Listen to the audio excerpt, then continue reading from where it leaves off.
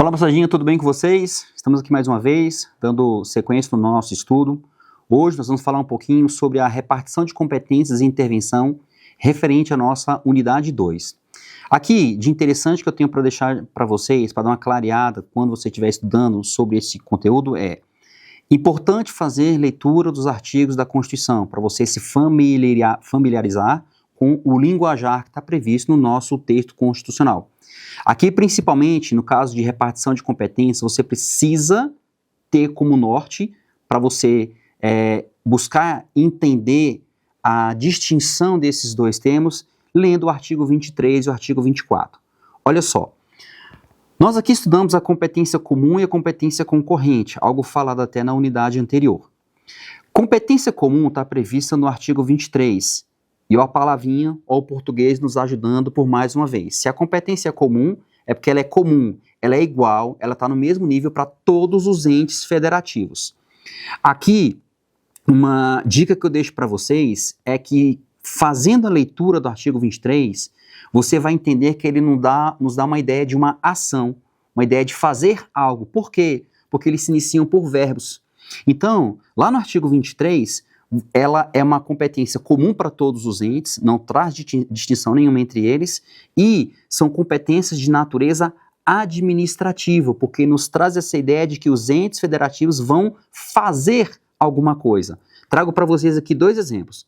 Artigo 23, inciso 6, proteger o meio ambiente e combater a poluição. Outro, artigo 23, inciso 7, preservar as florestas, a fauna e a flora. Então, ideia básica, repartição de competências. Quando ela é comum, ela é igual para todos os entes federativos. Nos traz uma ideia de fazer algo, nos traz uma ideia de uma natureza administrativa. E aí, quando você estiver fazendo a leitura, você vai ver, começa com o verbo, competência comum. A outra competência que nós temos é uma competência concorrente, e essa competência concorrente, moçada, ela é voltada para um cunho legislativo. Competência legislativa concorrente aos entes federativos.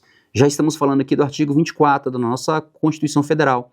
Aqui você vai entender que a ideia principal é a Constituição vai trazer as nossas regras gerais e o Estado, através da sua Constituição, advinda lá daquele poder constituinte decorrente, derivado decorrente, vai estar fazendo ou criando as suas legislações, respeitando as regras gerais da Constituição Federal, para se adequar ao seu povo, à sua região, aquela ideia do nosso bairrismo. Estou usando palavras simples para dar esse start na cabeça de vocês de como buscar ilustrar essa matéria dentro da sua cabeça, tá? Então aqui, moçada, nós temos que a competência legislativa concorrente, ela está aplicada à União e aos estados. Aqui os municípios não foram contemplados, você vai ver isso, somente a União e aos estados. E a ideia é de que a União vai trazer as regras gerais e os estados vão trazer os seus complementos. Eles vão estar trazendo, vão legislar com base numa regra geral, buscando adequar essa norma à realidade dos seus estados, tá? Os municípios, como dito, eles não foram contemplados nesse artigo, mas lá no artigo 30 da Constituição, traz a ideia de qual seria a competência do município. Ele tem uma competência legislativa exclusiva quando ele for criar normas de interesse local e uma ideia de capacidade legislativa supletiva, suplementar, quando ele for suplementar alguma coisa relacionada a normas estaduais ou a norma federal, tá? Mas, frisa bem, o artigo 24, quando fala de competência legislativa concorrente, concorre apenas à União e aos estados. Um cria regras gerais e outros vão buscar criar regras complementares à nossa Constituição Federal. E aí a gente passa a falar um pouquinho da intervenção. Intervir em, intervir sobre. O artigo 34 vai trazer essa ideia para nós, tá? Então, olha só, aqui a gente percebe que a ideia de intervenção, alguém vai intervir na sua vida, alguém vai intervir na sua rotina. Essa é a ideia que eu quero que você traga para o nosso tema de intervenção. Sempre lembrando que aqui o foco é de que um ente maior vai intervir no ente menor. Então, o município não intervém no Estado, que, por consequência, também não intervém na União. Sempre lembrar, talvez seja um jargão bem simplesinho, um pouco chulo, mas vai te ajudar a entender de que a chuva cai. Então, vem de cima para baixo essa força interventiva, tá? E a intervenção, moçada, ela pode acontecer de duas maneiras. Ou de ofício, ou seja, de maneira voluntária, o ente superior verifica que está tendo uma ineficiência, uma ineficácia de administração para um determinado ente federativo subalterno, então ela vai intervir naquele ponto específico. Ou então ela pode acontecer de maneira provocada. E a provocação, alguém então vai provocar esse ente que tem a capacidade de intervir para realizar essa intervenção. E ela pode acontecer de três maneiras. Ou ela pode ser por solicitação, ou por requisição, ou por provimento judicial de representação interventiva.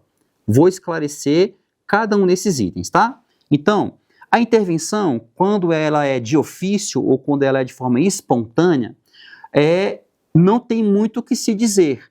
Vamos supor, a União verificou que algum ente federativo não está tendo eficácia ou capacidade de gerir determinado ponto ali no seu estado, então ela vem intervir especificamente em algum ponto. Quando eu falo, moçada, na questão de ineficiência de administração, aqui a gente vai deixar isso de uma forma bem ampla, porque, por exemplo, se algum ente quiser agir de forma inconstitucional, quiser agir de uma maneira insurgiva contra a União, ela também vai fazer essa devida intervenção, tá? Dois exemplos que nós temos de uma maneira, de um acontecimento mais recente: intervenção da União na segurança do Rio de Janeiro, intervenção da União na segurança pública do Distrito Federal, tá? Aconteceu de maneira espontânea. Já no caso da intervenção por provocação, a primeira forma, ou a primeira subespécie, ou a primeira modalidade que temos é a por solicitação. Aqui fica simples de entender também, ou seja, o ente federativo vai solicitar que a União venha a fazer essa intervenção, esclarecendo os seus motivos. Ela está prevista no artigo 36, inciso 1, então aqui é quando, por exemplo, o poder legislativo ou o poder executivo, ele se encontra impedido de estar administrando ou de estar gerando suas próprias normas, solicita à União a intervenção no seu ente federativo por um determinado momento. Segundo, intervenção por requisição. A intervenção por requisição, também prevista no artigo 36, inciso 1, traz a seguinte mensagem para nós. Quando está tendo alguma interferência do ente federativo no poder judiciário daquele ente, ou seja, Estado, porque o município não tem na sua estrutura o poder judiciário, então quando no ente federativo está tendo a intervenção no seu poder judiciário, esse poder judiciário requisita que a União venha interferir, venha fazer uma intervenção naquele ente federativo explicando seus motivos. Olha, eu requisito que a União venha a interferir no Estado X, porque aqui dentro nós temos uma interferência no nosso poder judiciário. Então, lembrando, moçada, que o legislativo e o executivo, eles vão solicitar. O poder executivo, ele requisita essa intervenção. Então, ele provoca a intervenção por requisição. Legislativo e executivo provoca a intervenção por solicitação.